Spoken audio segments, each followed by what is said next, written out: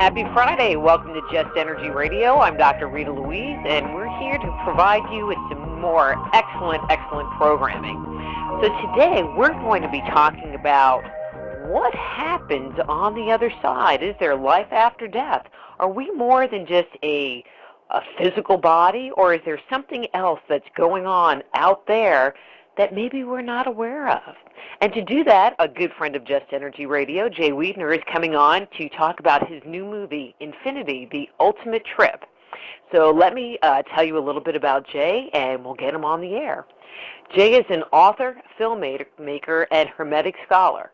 He is the producer of the feature documentary film 2012, The Odyssey, and its forthcoming sequel, Time Wave 2013. He is the author of The Mysteries of the Great Cross of Hendeia, I can never say that word, Alchemy and the End of Time, and A Monument to the End of Time, and that was with Vincent Bridges, as well as contributing writer for the book The Mystery of 2012. Jay has featured on the History Channel documentary The Lost Book of Nostradamus. So please welcome to Just Energy Radio, Jay Weidner. Hey Jay, how's it going? It's going great. How are you?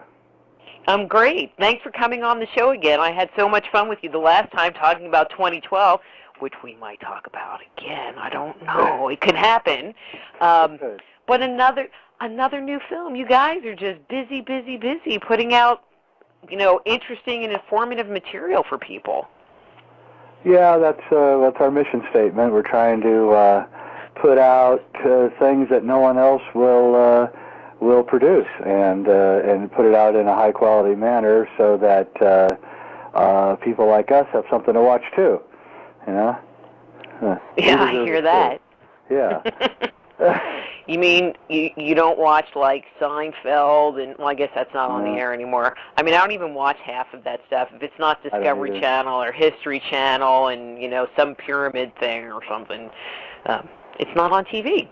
Yeah, I don't watch too much TV anymore because it's just the same old. But I love to watch DVDs and movies and things, and so I decided that we're at 10-year anniversary right now, that we're going to make maybe it's just a small audience of who knows how many people there are in the market, but we just rather sell high quality product to a smaller market than a low-quality product to a larger market. It's just how it is.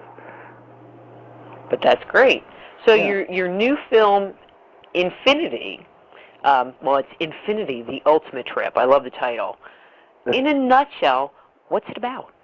I mean, because obviously we're going to explore it much deeper, but what is Infinity, and what does that have to do with a trip? Well, I think that basically what happened was my mother died, and in 2002, late 2002, and I thought I was a fairly metaphysical person, and that I could help her through her transition, and I couldn't. No matter what I told her, no matter how logical I sounded, there was no way to get around the fact that she was scared to death.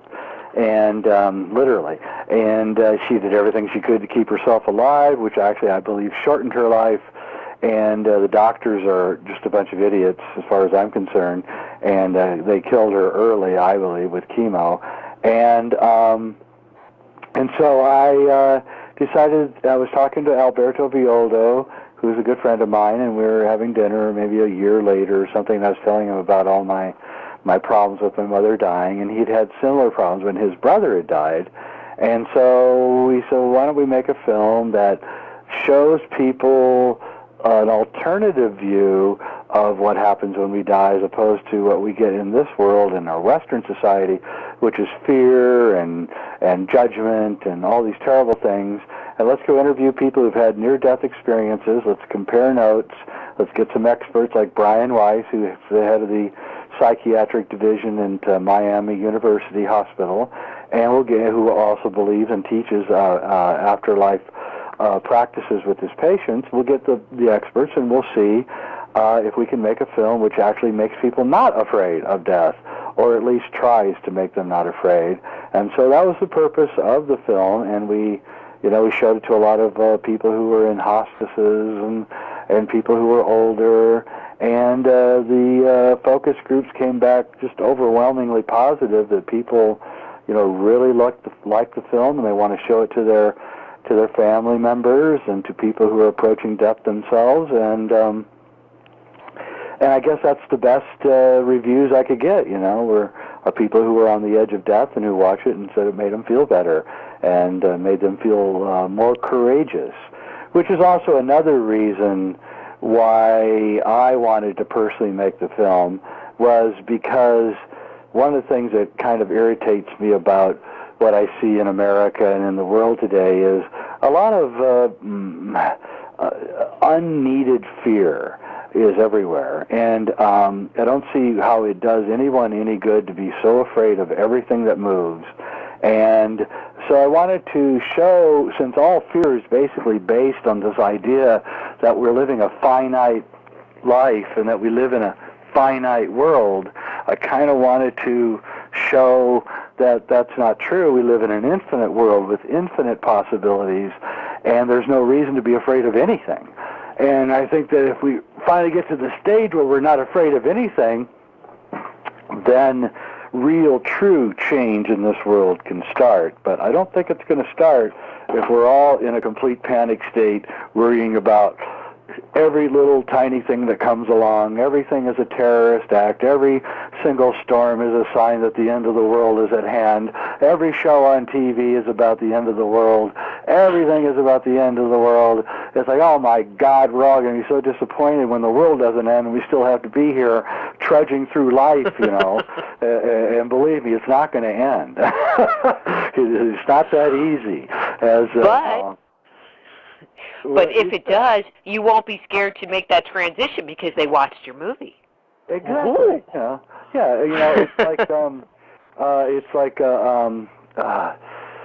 I'm forgetting his name. He's in the movie. He's a professor. His daughter is a big actress. I'm forgetting her name too. Who's the famous actress whose dad is in our movie? Anyway. Robert Thurman? Thurman, yes. Well, I'm sitting here with the video here going. With Uma Thurman's father, Robert Thurman, who's a great Buddhist scholar. He says in the movie, there's no way that you're getting out of here dead. It's not that easy. You don't get to come to this world, screw everything up, and then die and get out of it. It's just not going to happen that way. And there's karma, and there's all sorts of things that happen, and it's a larger world, and we're not really facing it in the West. And it's one of the things I want to do is just break open the whole paradigm of death and life and fear and love, and let's just really, really get it going here. And let's do it now, and because time is running out for this particular age, as you already know with the 2012 stuff. And, it's hallelujah. This age is finally coming to an end. Now, what world are we going to make? That's really my concern now, is no longer arguing with people about whether this age, this particular time period is coming to an end. I already know it is, and people who are sensitive to these things already know it is. So then what is the next question? And the next question is, okay, what kind of world do we want to make on the other side? And Infinity was really my first salvo into getting a discussion going about what kind of world we want when we get to the other side. Cool. One of the things that I was thrilled with is you had mega good people in this movie, and I'm just going to kind of put this out there. So in the movie, you had Neil Donald Walsh, Daniel Brinkley, who we'll talk about him, Greg Brandon, Alberto Filato, however you say his name, John Holland, Brian Weiss, some other people's names who I can't pronounce, and then Renee Dollinger. Renate Dollinger. Was she the artist lady? Yes, she was great. She was so cute. But I mean, just the collection of people that you got to talk about these things. Oh, I have a question, because you said these people had near-death experiences. Did Neil Donald Walsh have a near-death experience? It wasn't clear whether that was his experiences that he shared in the movie were a meditative experience, or near-death experience? Because they were very similar. Well, they were, and it's a great question. And I tried to show that it's possible to. In the movie, we have the Buddhist scholar Dugson Punlap, and he shows that even when you're going to sleep, you're kind of going into a kind of a near-death experience, even by going to sleep at night, and you can actually use it to practice near-death. And I think that that's what Neil experienced, was a near-death experience via being upset by having a fight with his wife and then going to sleep. And they do it in the Tibetan practices. They actually do these kinds of sleeping practices to get ready for death. So in a way, that's what it is too. You know, when you go to sleep, you knock yourself out, and then you wake up, and it's another day, and sort of life and death is very similar to that, in which we die and we wake up in possibly another dimension or back here. And so I think that's what he was doing. It was a near-death experience brought on by tension, suddenly putting someone into a sleepy state in which the real world becomes obvious, which is, of course, what dreams are. A lot of dreams, not all dreams, but a lot of dreams are really about this voyage to another universe, another world, which is like maybe parallel to ours. So you have things in dreams which are similar to what's going on in your life, but there's odd peculiarities which are impossible, like anti-gravity and being able to fly and all these other things. And so dreams are really a combination of a fifth-dimensional matrix intermixed with our 3D, 4D matrix, which is the world that we live in. Humans are really kind of caught in between the third and the fourth dimension. Our feet are on the ground in the third dimension, but our head is in the sky in the fourth dimension, bringing down ideas and perceptions and things, which I don't think we probably share with the animal world, except for possibly dolphins and some dogs and some higher intelligent animals. But that's what this is about. So what happens when you escape? Well, we have the Hindus tell us that we are tethered to a higher dimension via a small channel which runs down from this higher dimension into our pineal gland. This channel is called the Sushumna, and this Sushumna is like 1/4000th the width of a human hair. And that's the tunnel that we go through when we die or when we dream. And what happens when you die is, and this is going to be in the sequel to Infinity, is the third dimensional matrix, which is also mixed with the fourth dimensional matrix, begins to fold in on itself. And it folds in, and then it collapses into the Sushumna, or this tiny tunnel. And your life essence moves up this Sushumna back into the higher matrix. And this is what people see when they see this tunnel of light, which, even like Hieronymus Bosch and did a painting of it 300 years ago.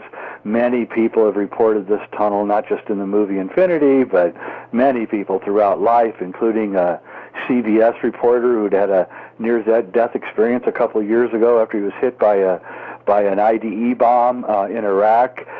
So these things are well known. Even Plato tells a story of a Greek soldier who got killed in battle, died for a half hour, and went up this tunnel and met his family and the angels. And these stories are replete through history. It's not some fantasy.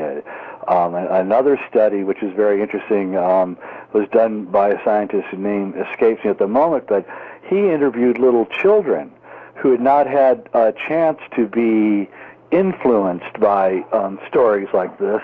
They were too young when they had their near-death experiences, and by God, they had the same exact experiences as older people had, i.e., feeling like their body was collapsing in on itself, rolling up through the Sushumna, and heading towards the infinite. And I think that's it's a continuous story heard everywhere, and I think at a certain point, walks like a duck, talks like a duck. It's a duck, and so there is no death. There is, but you are going to have to go through a life review. And I think that a lot of people find that aspect of this whole experience a little unsettling, because Okay, so Jay, let me interrupt you here for a second. We'll come back to life review, because we definitely need to talk about that, because that I think is fascinating. I want to talk about the tunnel a second, because one of the things that I believe is that, there's our energy bodies, the etheric body, the mental body, the causal body, blah, blah, blah, and they're connected to each other via the chakras. And I believe that the chakras actually sit in the body, and then the nadis, the channels that connect them to each other, are kind of like these little wormhole things. And couldn't this tunnel be like a wormhole that's actually taking us from the physical dimension into a different energy? We're just collapsing in because we no longer need to be trapped here in the physical plane anymore. I think that's exactly right. I think we're basically what it is. It's like a spark between two wires, and this Sushumna is like a wire that, it's not a wire really, but I mean, just using this metaphorically, that comes down, probably attracted to the earth by gravity, and when it gets close to the surface of the earth, there's a spark between the Sushumna and the surface of the earth as it grounds itself. That spark is us. That's living people, trees, animals. These are these little sparks that exist, and they're effervescent. They're ephemeral. They don't last long. They're here. They burn bright, and they go out quick. And that's what life is. And when that spark burns out, it doesn't really burn out. It just collapses back into the wire, or the Sushumna, which begins to pull off from the surface and re-immerse the self back into the universal matrix, and whatever that is. And so, yeah, I think you're exactly right. This tunnel is a very viable link between dimensions, and I think it's very, very interesting, actually, and how the Hindus and the Buddhists and even the Egyptians all kind of have the same point of view on this whole thing. I think at a certain point, you just can't argue with it. So we just got a question in the chat room that directly ties to this. It's from Yogi Billy, and he says, how might string theory play with the energy flow in the Nadi chakra and between planes? Well. Is this a plant? Yogi Billy? No, I don't. Maybe I do. I don't know. Well, that's really good, because string theory is sort of this same thing. So we have to realize that this matrix is a torus, like a donut, and it revolves in and out of itself. It folds down into itself, collapses down into a spiral in the middle of it, and then as it comes out the South Pole, it begins expanding again, going around the outside sphere like a donut, coming up to the North Pole, and there it begins collapsing down. And that little center point of this donut, at the very center, is this vortex. And that vortex is three-dimensional life. The outer donut is the fourth-dimensional world, time and space. But the very center is where everything is collapsed and where gravity is at its highest. That is where physical matter begins and ends. So when you look at a tree, you can see that the central vortex of this donut-shaped torus runs right down the trunk of the tree. It runs right down the center of our spine. The difference between humans and other animals is that we have been gifted with a spine that sits completely vertical, and so it can attenuate with the outer matrix in a way that no other animal can really do. And so this is why you have to stand up straight, why in yoga you're taught to keep your spine straight, why you do Tai Chi or Qi Gong or any of these things are all there to teach you how to keep your spine straight so that you can attenuate with the Sushumna flow from the outer matrix. This is where creativity comes from. This is where thoughts come from, where art comes from, where religion comes from, where science comes from, where everything comes from is this downflow from this outer matrix into 3D matter, which sits at the center of the torus. Now, when you pass out of this world, you're really not really passing out of the universe. You're merely passing out of a phase within the torus. You're moving from 3D to 4D to possibly 5D, 6D, and 7D worlds in which the body doesn't matter, but consciousness is everything. So what is this place, you know? And the answer is that this place is where higher dimensional frequencies can slow down long enough to actually begin to make conscious, cohesive sense of the universe, so that when we're thrust back into higher levels, higher dimensions, we will know what is going on more for having descended down into 3D. And this is what the Hindus teach. They say that you can escape this world once you understand this world. And this is what the Gnostics taught in Europe and in the Middle East 2,000 years ago, that only through gnosis, only through knowledge of this world can you escape this world. Now, I'm not saying that you want to escape the world. I'm saying because that's not the point. The point is to stay here long enough to learn everything about this world, and then escape will just naturally occur because you know everything about this world and you don't need to come back here anymore. But there are a multitude and infinite amount of worlds, and this is just one of them. And that should give us, great pause here, optimistic pause, because that's a wonderful thing to know that there's a multitude of multiverses and that we are all part of it, and we're kind of graduating and moving slowly up the ladder towards reunification with the one, I believe, at the final end. But that's a long time from now. It's not going to happen quick. There's no quick fixes, and there's no way you're getting out of here dead. So you need to take a deep breath and learn to love it. But I mean, I would say that the majority of people on the planet, or in the United States, I'll even make it a smaller group, aren't even aware. I mean, there's just the basic assumption that, you die, your body goes in a box, and you go to heaven, and that's the end of the game. There's not any kind of reincarnation or any responsibility. I mean, I was brought up Catholic, 3 seconds before you die, the priest comes, you tell him a couple of sins, they say, okay, say a Hail Mary, and then and you go to heaven, no big deal. Yeah, it's a free pass. I was raised Catholic. But it's not sounding like that's the reality of the reality that you're sharing. No, the Catholics have a certain take, which is not altogether wrong. I mean, I've been given last rites. I almost died once. I had a priest give me last rites, and I was fully assured in my 12-year-old body that, I was headed straight to Jesus and everything was fine. And I guess there was a level of comfort in that, although to be frank with you, it scared the living hell out of me as a 12-year-old being given last rites.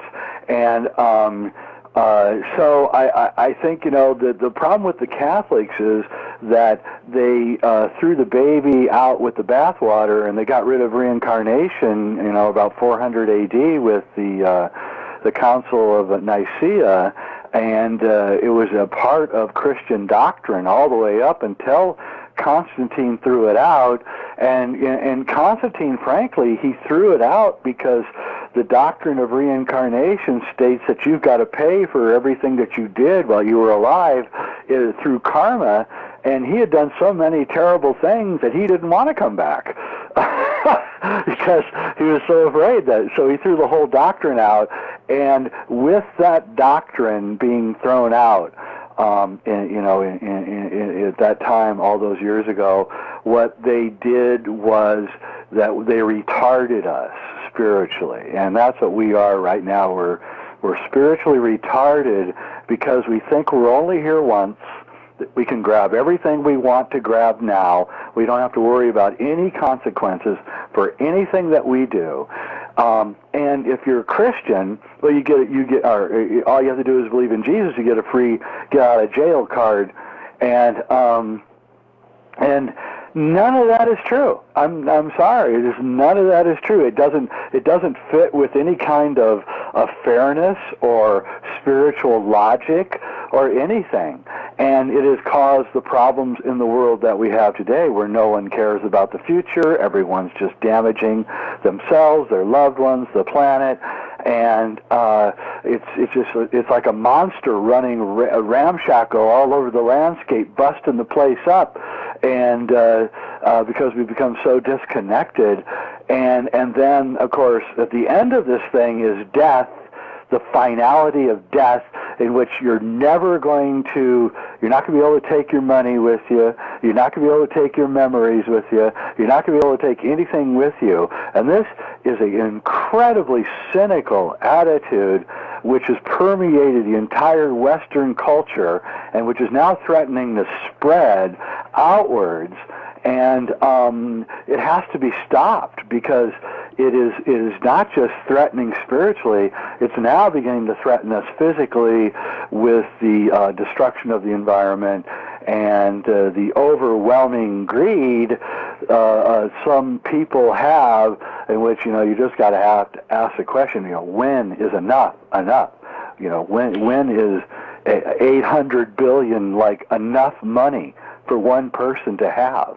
And what did they do to get that money? And these are questions which, well, we'll ask later. Yeah. Well, and actually, why don't we come back? Somebody asked in the chat room, is there such a thing as collective karma, and is it generational or ethnic? I think it's a great question. It ties in with what we're talking about. So we'll come back to that after the break. I'm Dr. Rita Louise. We're talking to Jay Weidner about his new movie, Infinity, The Ultimate Trip, and we'll be back after these words from our sponsors. Just Energy Radio with your host, Dr. Rita Louise, will return right after these messages.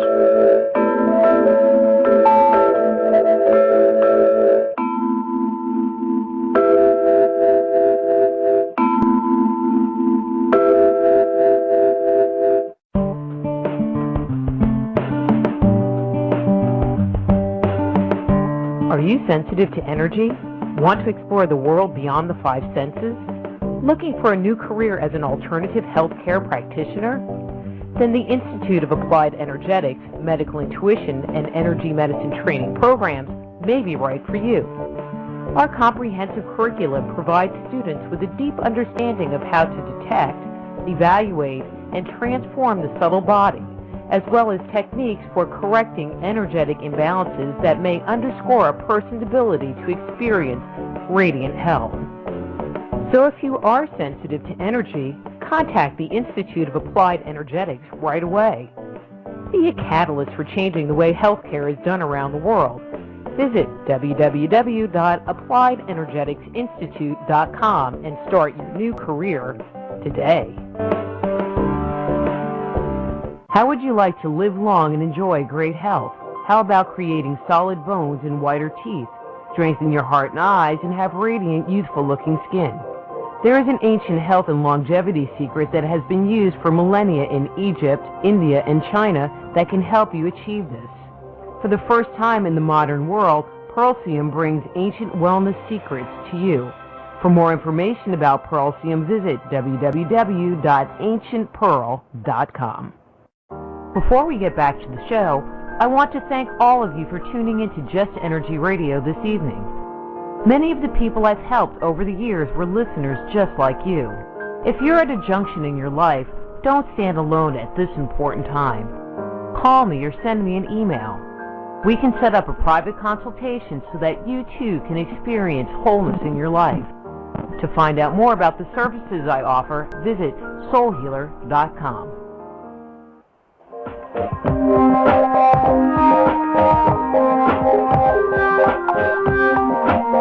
And now back to Just Energy Radio with Dr. Rita Louise.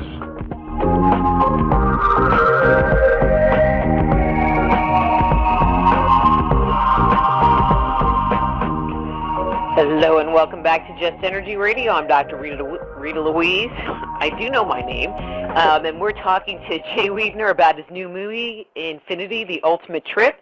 And if you want more information about the movie and his other movies, go to www.sacredmysteries.com. So before the break, we were talking about like what we're doing to ourselves and the karma that we're potentially incurring. And there was a question in the chat room about the concept of collective karma. And then there was a second part, is it generational or ethnic? And what do you think? I mean, are we, because I think everybody is familiar with the concept of individual karma. Well, all right, not everybody. I am, you are. My listeners, I'm sure, are. Yeah. And so there's that aspect, but can we create karma on a collective level? I've never even thought about that. Well, I think that's probably, I think it's true. You can, and I think you can also shed karma on a collective level. And I think that, we're headed towards if you don't stand up when you see something going wrong, your karma is affected. And if you don't say something when the powers that be tell you to do something because you're afraid of something, or you're afraid you're going to die, or you're afraid of something, well, you're now as responsible as they are for it. So this is something that we have to think about. This is one of the reasons why I'm trying to get people not to be afraid, because if we decide to attack a country and a great many of the people that are in the country do not stand up against this, then you are now part of the evil that designated the war. And we need to say no. We're not doing that anymore. We're not going to allow ourselves to be part of a culture that does these things.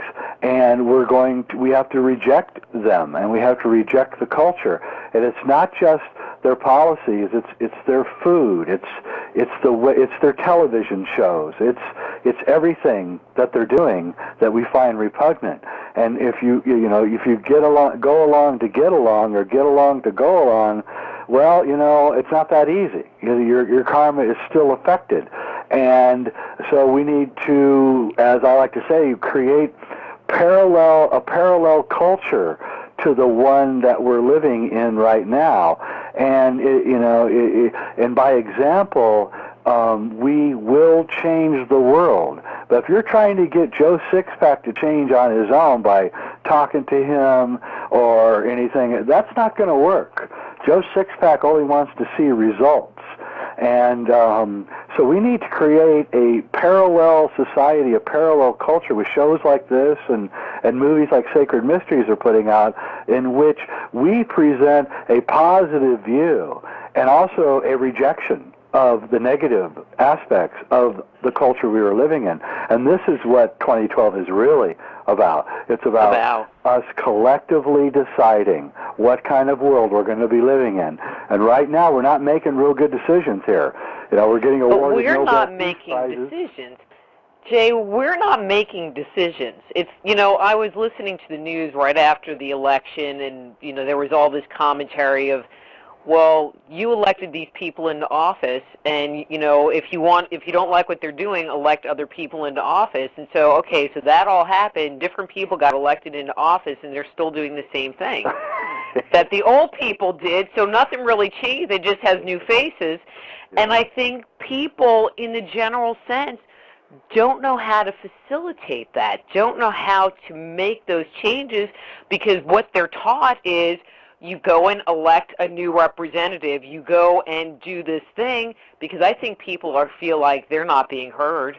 I mean, you talk about health care, and it's like they're not being heard. So, it's they're not, and frustrating. Well, it is, and I think that's the mistake we're making. We have what I call, in the West, we have this tremendous Messiah complex, where we're just sitting around waiting for the Messiah to come.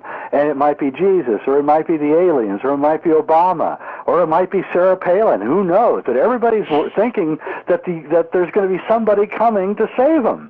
And there isn't anyone coming to save us. No one, nothing is going to save us. We have to save ourselves. We have to get out of this psychological trap that we've been put in, where something from without will magically come like John Wayne at the end of the movie and save everybody. And it isn't going to happen. And very bright people keep getting caught up in this thing. And I saw it with Obama, and I said, Obama can't change this world. He's a great symbol for change, but as soon as he gets into office, he's going to be caught up in the same psychological traps that everybody else has been caught up in politics. And we just have to simply say, guess what? We're not even going to vote for anyone that you put up, because we don't believe in anything that you're doing anyway. And when we do that, when we have the courage to say no, there's a great scene in the movie Gandhi where Trevor Howard, I think is his name, great British actor. He's the general of the British forces, and he's all dressed up in his uniform, with his riding crop and his hat and his medals. And he walks up to Ben Kingsley, who's meditating on the floor, Gandhi, and he says, "Well, you just don't expect us to walk out of India, do you?" And Gandhi looks up and goes, "Oh, no. You could take a carriage or a boat. There's many ways to leave India, and that's how we have to be." It's like, you don't expect us to just do this, do you? Well, yeah, actually, we do.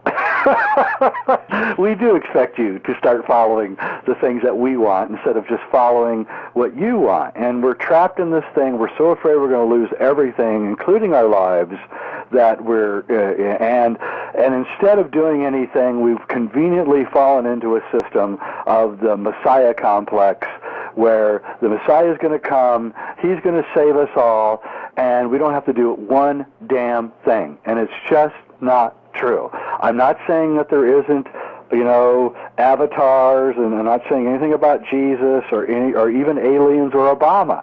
I'm talking about the psychological attitude which freezes us in the moment, thinking that something is going to happen when it isn't. And I think we've been fooled enough. I mean, haven't we? We've been waiting and waiting for anything.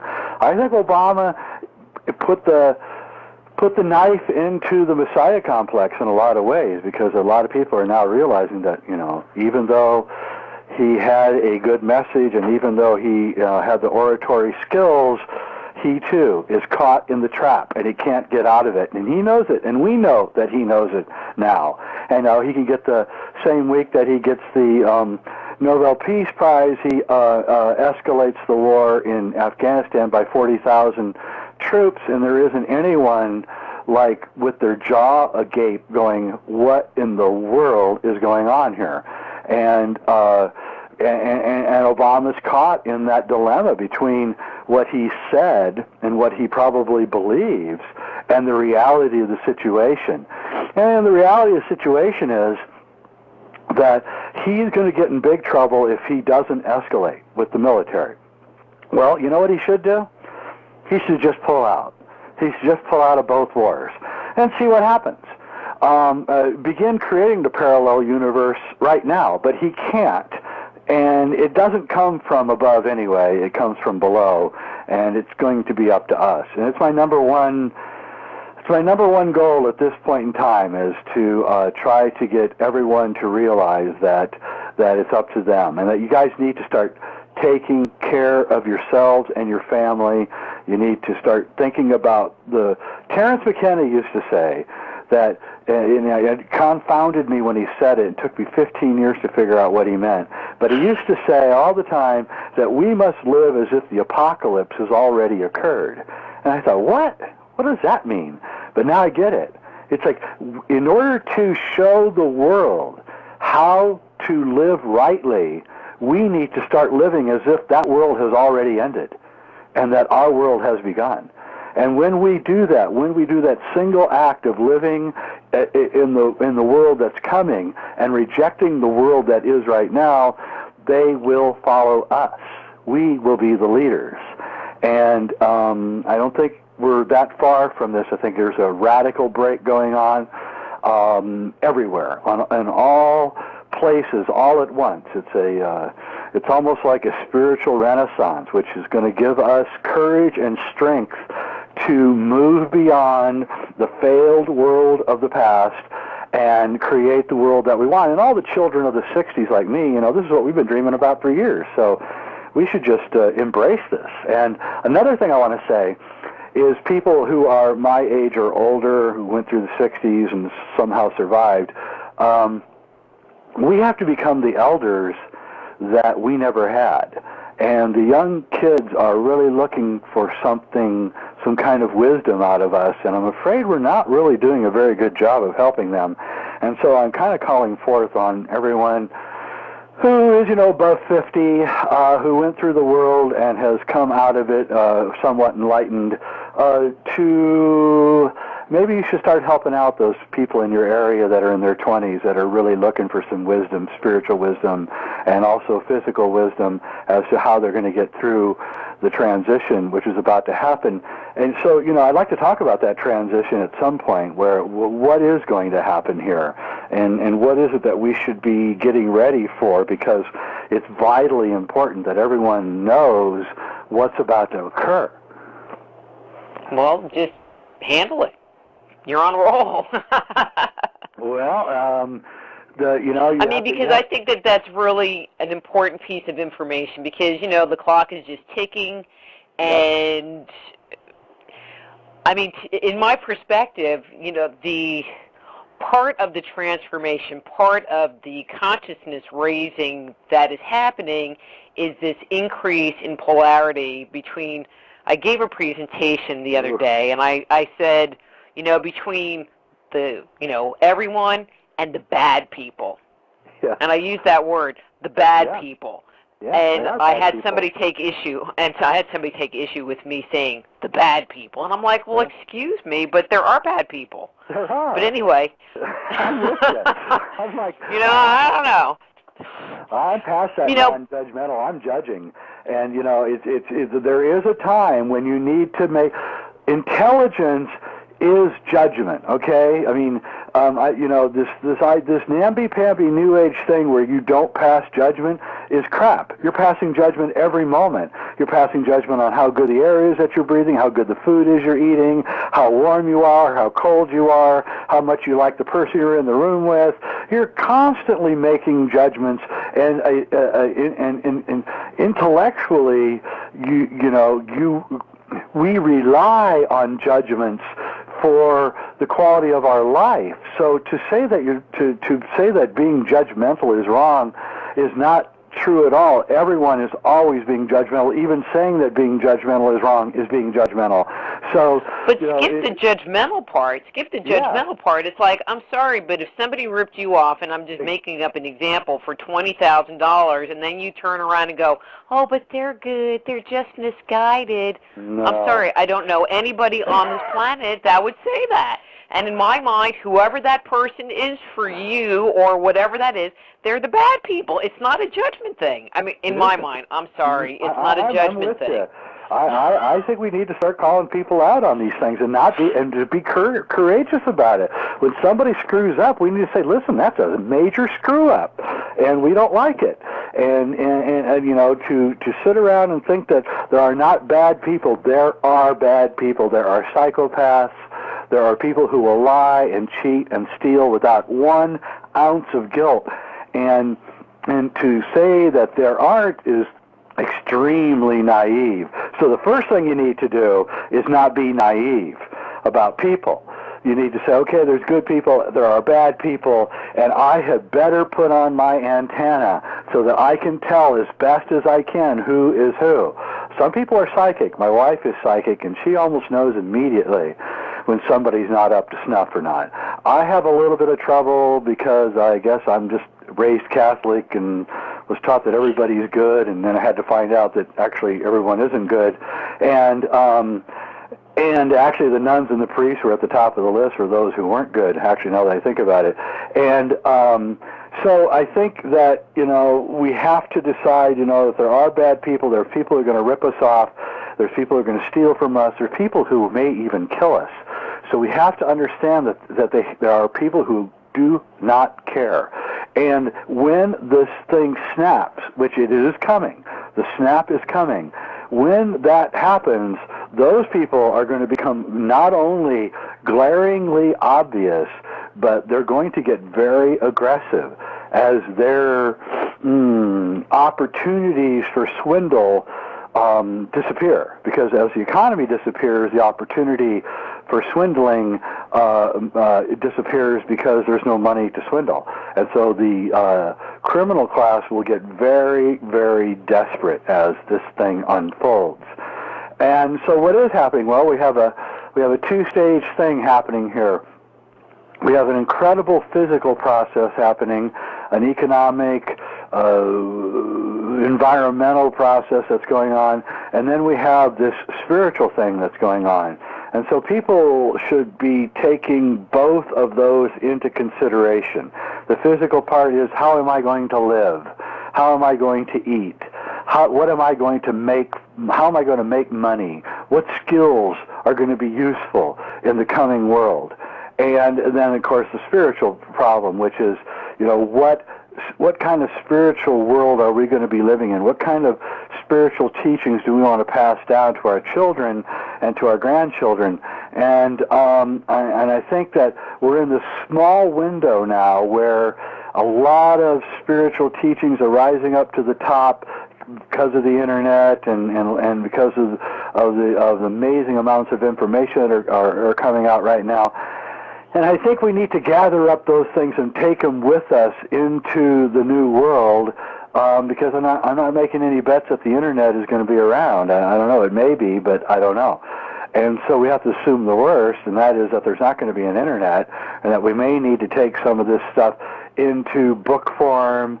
Libraries, local libraries are going to become very useful, I think, in the future. But also, you know, how to grow food, how to take care of community, how to take care of children, how to educate, doctoral skills like healing and nursing. These are all going to be what's really important in the future. So let me ask you a question, because I think we kind of missed a basic point. So it's sounding like your vision of where we're going to be going is that because of our own misuse, you know, lack of concern, et cetera, we're going to create an environment where, you know, there's potentially like no electricity. There's, there was that TV show Dark Angel, which is not my book, Dark Angels, which is a great book. People should buy it. But anyway, and they had like some EMP pulse, and, you know, it didn't take them back into the Stone Age, but it kind of set everybody back, and life was just totally different. Yeah, I think you need to read The Long Emergency by James Kunstler. It's a great book about what's about to happen. He's a journalist with Rolling Stone and a friend of mine, and he's really looked at this, and he has taken each thing that's occurring and extrapolated it forward to show where we're going to be living. And it's going to be quite a shock what's about to happen, but I think at the same time it's actually a much better world that we're headed towards. And because the stress of the modern world is so much and so deep that I don't even think we know how stressed out we are anymore. And it's just the idea of, families breaking up because corporations demand that people move all over the place. So you have families that are scattered. That's going to end. The idea that you're going to get apples from New Zealand and potatoes from South America, that's going to end. Everything's going to become fairly localized. Travel is going to become pretty much non-existent because of the energy diet that we're going to be on. And so these things are all headed our way, and we have a choice, do we accept it and try to work with it and make a better world, or do we cry and bitch because, it's so horrible that I'm not going to have an internet and as much electricity and hot water as I want. And I think you're going to see a lot of people get very unhappy when this thing comes down on them. And I don't think we're all that far away from it. And I think Obama, by the way, knows all this. If you read his interviews, he's pretty much saying that there's going to be this shift, and that this current thing is not sustainable. He doesn't know how to get there. I don't either. I have a feeling that it's not going to matter because it's just going to collapse in on us anyway. So, there's a lot of things that you need to do. You need to start looking at where you're living. You need to start looking at where you get your food from. You need to start looking at where you get your water from. You need to form alliances in your communities. There's a lot of communities on the West Coast which are getting ready for this. The one I live in is getting ready for it. All the way up to the mayor and the city council planning it. So, I think, some people are preparing for it and some people aren't, and those who aren't are going to be in very, very, very serious trouble when this occurs. And I don't know when it's going to occur. Could be, as far away as 2016, 2018. I don't know. There's another great book, which I highly recommend, called The Fourth Turning by Strauss and Howe, and that's about this thing that's about to happen also. The United States goes through a revolutionary period every 85 years. We went in the Revolution, and 85 years later was the Civil War, 85 years later was the Great Depression, and we're 85 years later. And they predicted in the 90s that the economy was going to collapse, there was possibly going to be a civil war, all sorts of things that are now looking very, very likely. So we need to be realistic, face up to what is going on, take measures to protect ourselves and our families, and that's the physical part. And then the second part is, I really think it's important to adopt a spiritual discipline of some kind to keep you calm in the middle of the maelstrom, which is swirling around us even as we speak. So I think you should find a yoga class or qigong or tai chi or walking in the forest or whatever it is, that you need to do, and do it every day, and do it with a certain discipline and a certain kind of love for it. I think those are the things that we need to do, and we need to start now. It's not coming, it's here. I hear that. I mean, Yeah. I sit there and think about all the young people, and I'm going to say the 30 and under group that, never had a TV without a remote control. They were brought up on, PlayStation and Xbox, and don't know. I mean, when I was a kid, we had a garden in our backyard, and so not that I'm a great, farmer, but at least I have a clue of what you maybe do, and I don't think, from your perspective, the kind of things that we need to do, that young people are remotely prepared to do any of these things. Well, they're not, and it really worries me. And I spend a lot of time talking to young people, and I'm even trying to create an event called Future Shift: How to Survive and Thrive in the 21st Century, which will be a video and a website and a conferences for young people. so that we can pull them out of the desperate situation that they're in, where they're trapped in this kind of false reality, and the real world, they're really the first generation, honestly, that doesn't know how to feed themselves. Our generation... They don't know how to cook. They don't even know how to cook. They don't know anything, and it's a perfect... it's a perfect storm. I mean, they're setting themselves up for a fall, and the ones, nature's great though, because nature cleans out those who are not prepared. And so the young people who are prepared, and there are a lot, believe me, who are preparing themselves, they're going to survive and thrive. And those others who are just playing on the PlayStations and stuff, they're not going to make it. And by the time they wake up and realize they're not going to make it, it's going to be too late. When you add in rising obesity rates and the fact that they can do tests of the New York water supply, and it's filled with Prozac and all sorts of antidepressants, you can see that when this thing hits, 90% of the people are going to be completely unprepared for it. That may be, by the way, a plan. I don't know. It seems to me that they end up getting taken off all their meds, and so now you have a bunch of cranky, strung-out people. Crazy. Believe me, you think that's not going to happen? It is going to happen, and we're not even talking about the people who. What's going to happen to the people when the welfare checks and the unemployment checks and the food stamps suddenly stop? When you add that to the meds, you got, and the amount of guns that are in this country, you got a stew that is going to boil over. And we have to be prepared for that, and not say, "Oh, he's being so pessimistic." I'm not being pessimistic.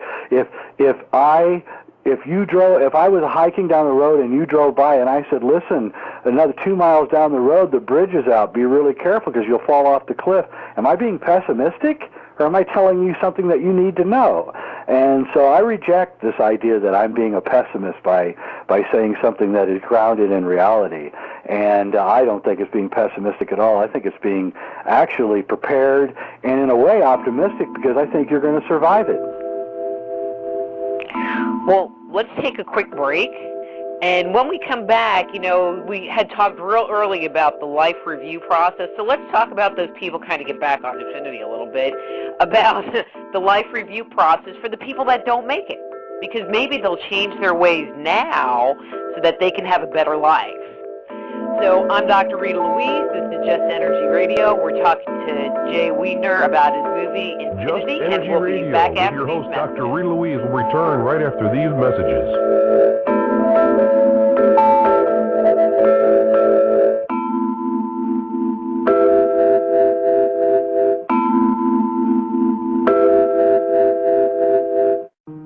Go deep inside yourself and venture into the realm of the unconscious mind with my Meditating on the Kabbalah guided imagery audio CDs.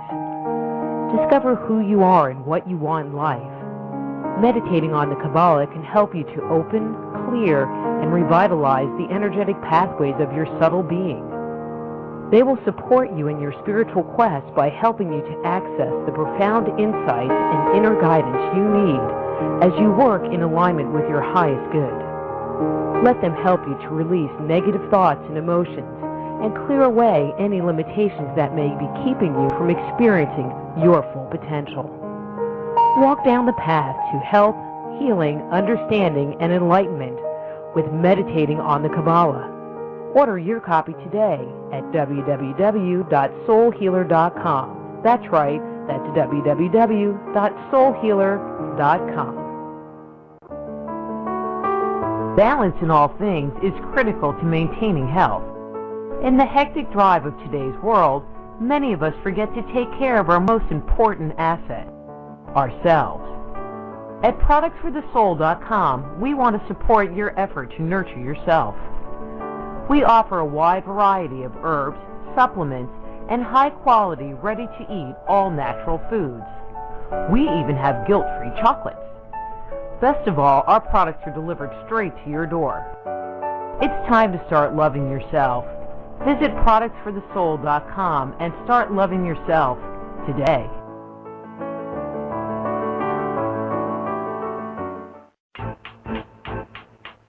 You can get a copy of Dr. Rita's latest book, Avoiding the Cosmic 2x4, by visiting www.soulhealer.com. Get your copy today.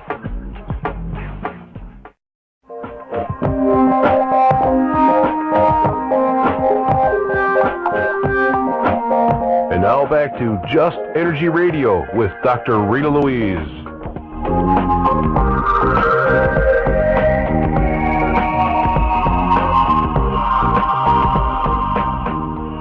Hello and welcome back to Just Energy Radio, and thank you for staying tuned to the show. We're starting the second hour, and if you've liked the programming that you've heard so far, please do mark the show as a favorite. I'd really appreciate it.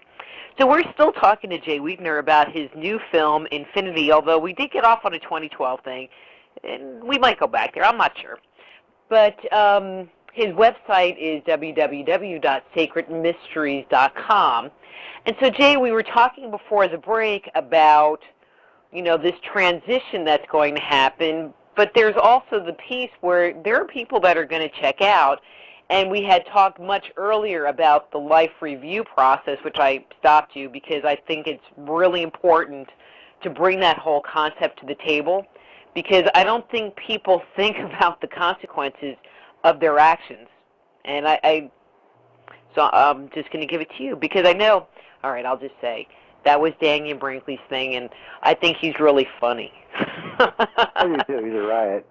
He calls himself a redneck, and he really is. Well, he is. Yeah, it's amazing to hear a redneck talking like that. It's like, whoa.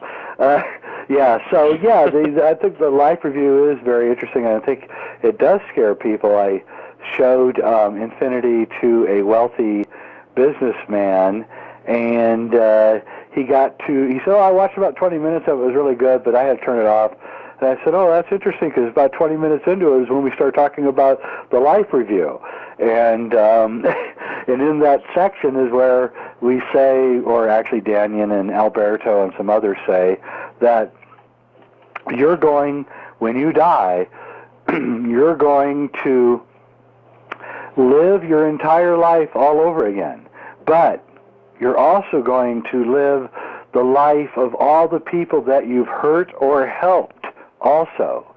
Now, Daniel Brinkley, who had served 2 terms in Vietnam as a Green Beret, he had a lot of hurt that he had to live through from the people that he hurt when he went through his first life review, okay? And he came back a changed man, because he had been such a brutal person that he saw that he had to live through all the brutality that he had inflicted on everybody else.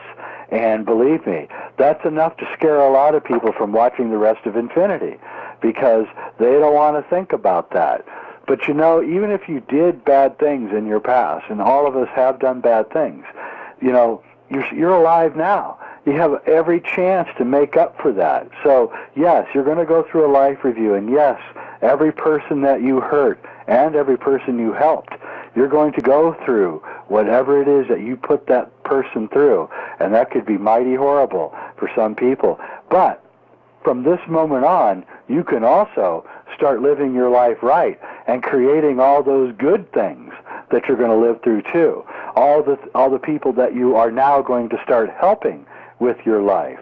And I think that's really the answer. The answer is not to be afraid of that which you have done, that which you are going to experience in your life review, but to create the best life review you can starting right now.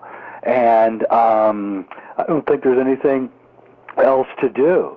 So go out when you're at the Safeway, go out a little bit extra to be nice to the person checking your groceries through, and at the waitress at the restaurant. Take a little bit of time to be a little bit extra nice to her, to give her a bigger tip than you normally would, because you're cheap and you don't want to be cheap.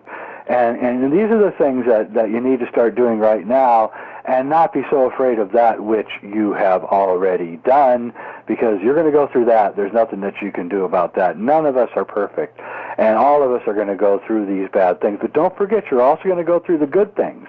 And there's a lot of things you did in your life which you don't even know were good. You may have said something or done something to someone, and you went off and they changed their entire life and never told you that it was you that did it.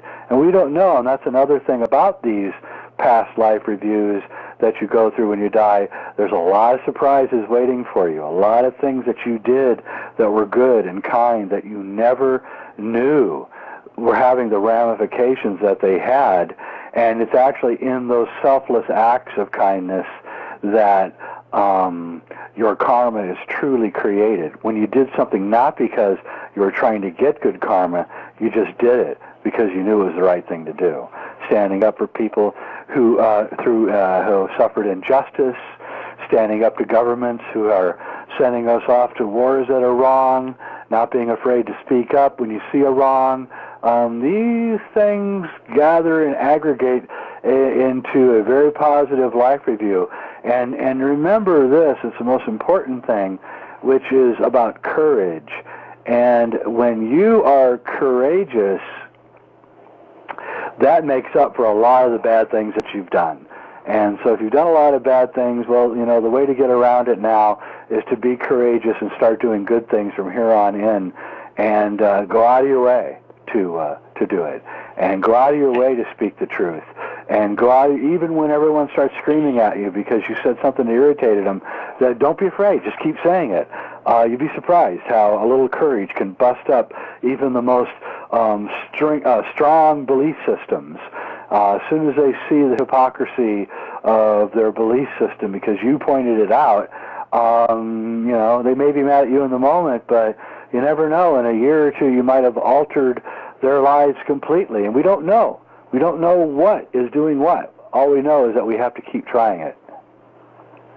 Well, and what you're saying makes me think, since it's the holiday season, that movie, A Christmas Carol, and the character Scrooge, who was visited by Marley, who showed him his length of chain that he had been building link by link of all of the bad things that he did throughout his life.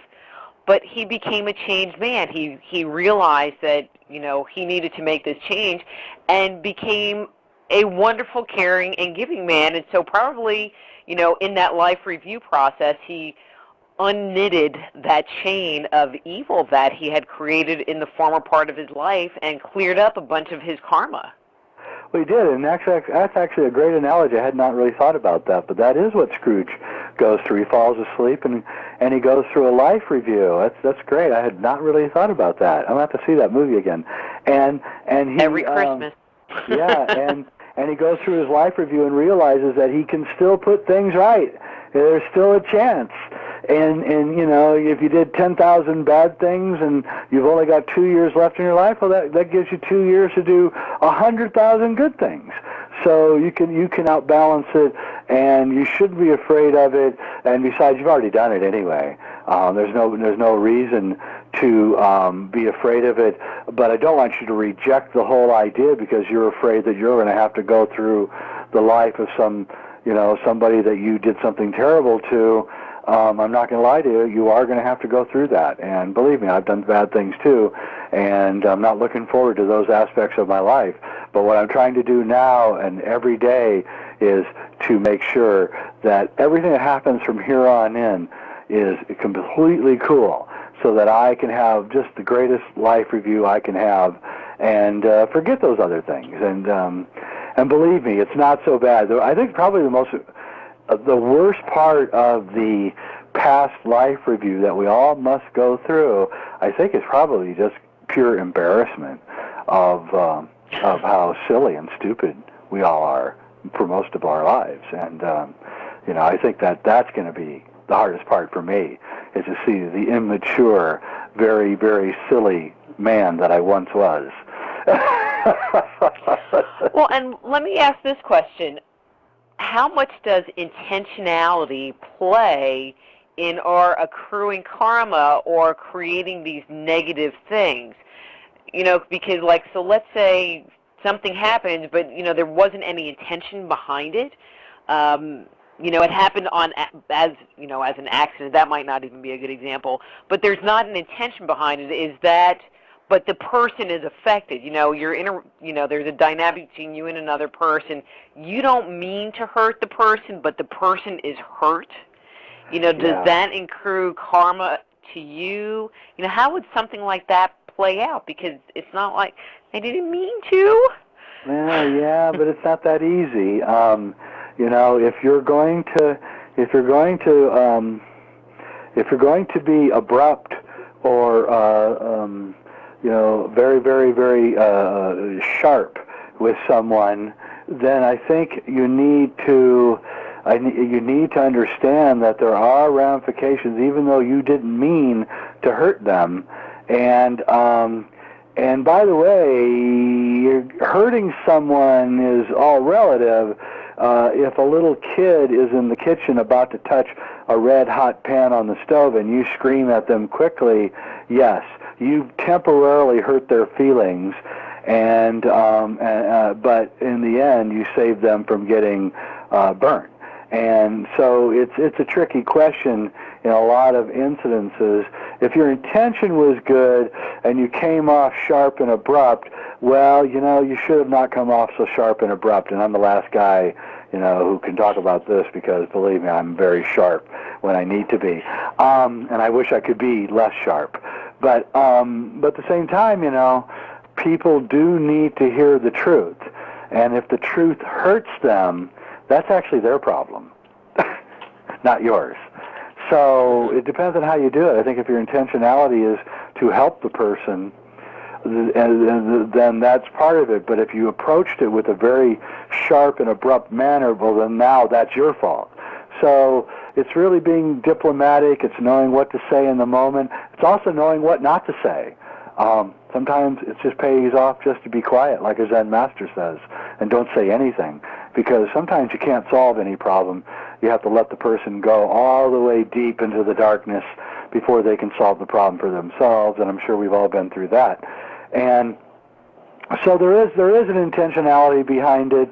At the same time, if you're being nice to someone just to get their money, then you're not really being nice. Your intentionality betrays the apparent altruism, and it's really just altruism disguised as greed, or greed disguised as altruism.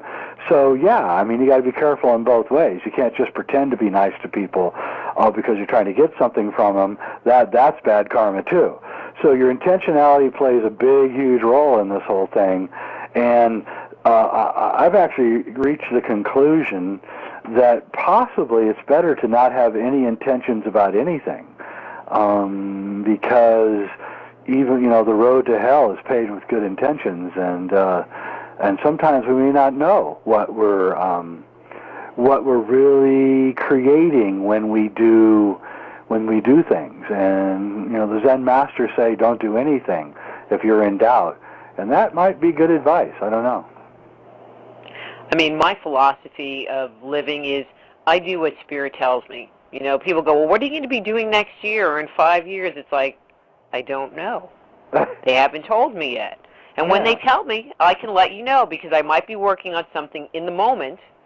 And once that's done, it's kind of like, okay, ready for a new project. What's next? And then they tell me, and I work on that. Yeah, that's what I do too. It's kind of the, I use the analogy of the, of a surfer. I used to be a big surfer when I was younger. And a surfer needs a certain amount of athletic talent, it's true. But what the surfer, to be really successful, needs is this intuitive ability to know where the wave is going and to adjust their body to that knowledge. And so a good surfer is not necessarily a good athlete. A good surfer is one who knows where the flow is going and positions themselves to be in the best part of that flow. And I think that's what I try to do. I consider the wave to be spirit, and I am me on the board in the ocean of spirit, and I'm constantly looking to see which way that wave is cresting so that I can position myself to ride on the wave with the least amount of energy expended. And people, that irritates a lot of people who live this kind of life, or other people find it very irritating because it looks like everything is coming easy to that person. It's so easy. Oh, you're creating all this stuff. How do you do it? How can you keep producing and making all the books and movies and everything? And I can only do a tenth of what you're doing. And it's like, no. If you rode the wave and you just followed which way the wave was pushing, instead of you trying to force the wave, you would find that life is a hell of a lot easier. And so that's what I try to do. And people think that I'm like I have some gift from God that allows me to produce, but actually I don't really even work that hard. It just looks like I work hard. And I think that, good surfers are the same thing. They're not really working that hard. They're just kind of tilting the board in the way that they see the wave coming, and then let the wave do all the work. And I think that's really But they're not trying to control the wave. The wave is, and they get on the wave, where a lot of people want to say, well, this is where I want the wave to go, and this is how I want the wave to be, and then are disappointed or pissed off when that doesn't happen. That's right, and you can't force a situation.